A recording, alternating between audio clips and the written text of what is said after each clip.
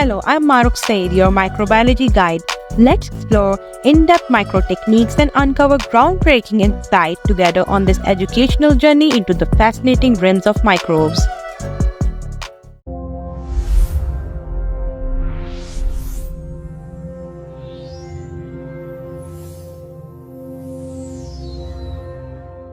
The fungal kingdom is staggeringly vast, with over 200,000 species documented worldwide.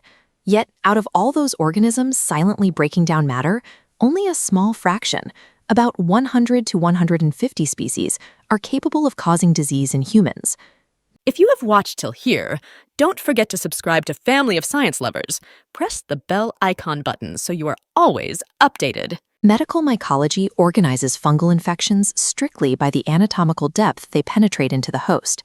At the very top are superficial mycoses, confined entirely to the stratum corneum, the outermost layer of dead skin, hair, and nails. Organisms acting at this level, like the fungus responsible for the black nodules of black pydra, or yeasts that cause minor skin discoloration, essentially hitch a ride on the surface. Because they never reach living tissue, they do not trigger an inflammatory immune response. These infections are a cosmetic nuisance. Their inability to pierce deeper keeps them invisible to our internal defenses and safely locked outside the body. Moving a fraction of a millimeter deeper into the living tissue brings us to the second layer, the cutaneous mycoses. Here, we encounter a specialized group of mold fungi known as dermatophytes. These invaders possess a specific biological capability. They secrete enzymes that break down and consume keratin, the rigid structural protein that builds our skin, hair, and nails. By dismantling human proteins for food, dermatophytes trip the body's local alarm system. This cellular damage provokes the inflammatory counterattack we recognize as the itchy red rashes of ringworm. This family of fungi, known as tinea, causes a variety of common infections. Download our Microbiology study app made for researchers like you. Depending on where the spores land, they can cause extensive scalp scaling or bore directly into the nail bed to leave behind thickened, crumbling plates. This layer represents the first active biological conflict, the threshold where a fungus feeding on human tissue provokes a direct response from our immune system. Most environmental saprophytes, fungi that normally decay dead plant matter, cannot dissolve human skin. To cause a subcutaneous mycosis, they require a physical breach, like a puncture from a wood splinter or a rose thorn, to bypass the outer barrier. Once implanted in the underlying connective tissue, these infections develop at an agonizingly slow pace. They remain localized to the site of entry, but over months and years, they inflict massive structural destruction. In Blastomyces, what begins as a minor puncture slowly devolves into severe lesions, erupting into dense, cauliflower-like warts on the lower extremities. An even more destructive variant is mycetoma. In these infections, the fungus establishes fortified microcolonies deep inside the tissue, packing together into visible, pigmented clusters known as grains. If left unchecked, mycetoma eats through skeletal muscle and destroys adjacent bone. The resulting tumor-like swelling and severe tissue destruction often leaves surgical amputation as the only medical solution. A simple traumatic puncture can transform a harmless soil organism into a relentless destroyer of human anatomy, limited only by its inability to spread through the bloodstream. Systemic mycoses operate differently. Instead of fighting through the skin's physical armor, millions of aerosolized spores bypass it entirely, getting sucked directly into the lungs. This introduces the true pathogens. Unlike the fungi discussed so far, these are a class of highly evolved agents capable of invading the deep internal organs of perfectly healthy, immunocompetent people.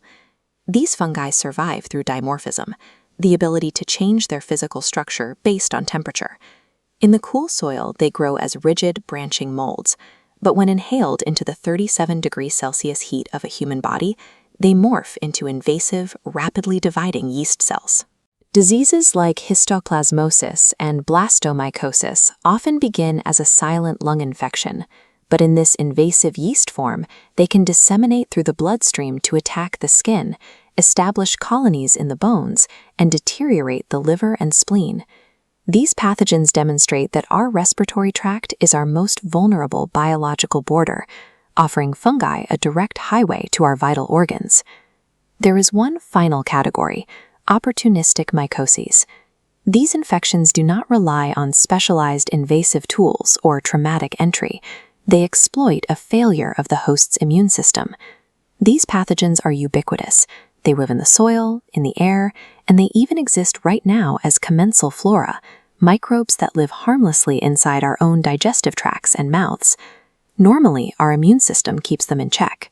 But when medical interventions, like immunosuppressive drugs for organ transplants or prolonged antibiotic use, strip away those natural defenses, these silent companions can become lethal.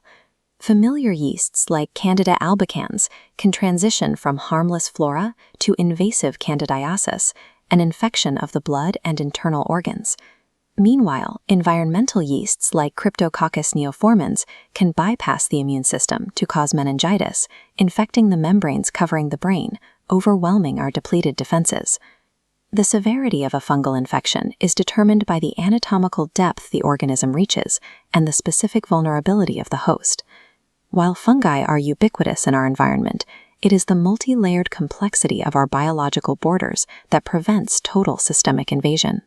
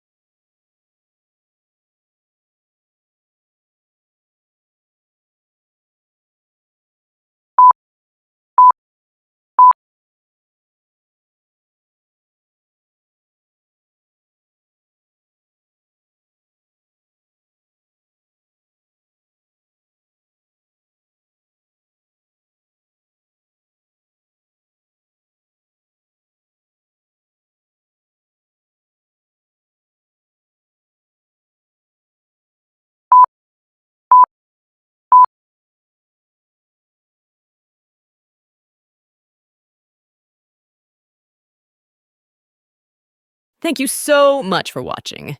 Don't forget to subscribe to my channel, press the bell icon button. Thank you!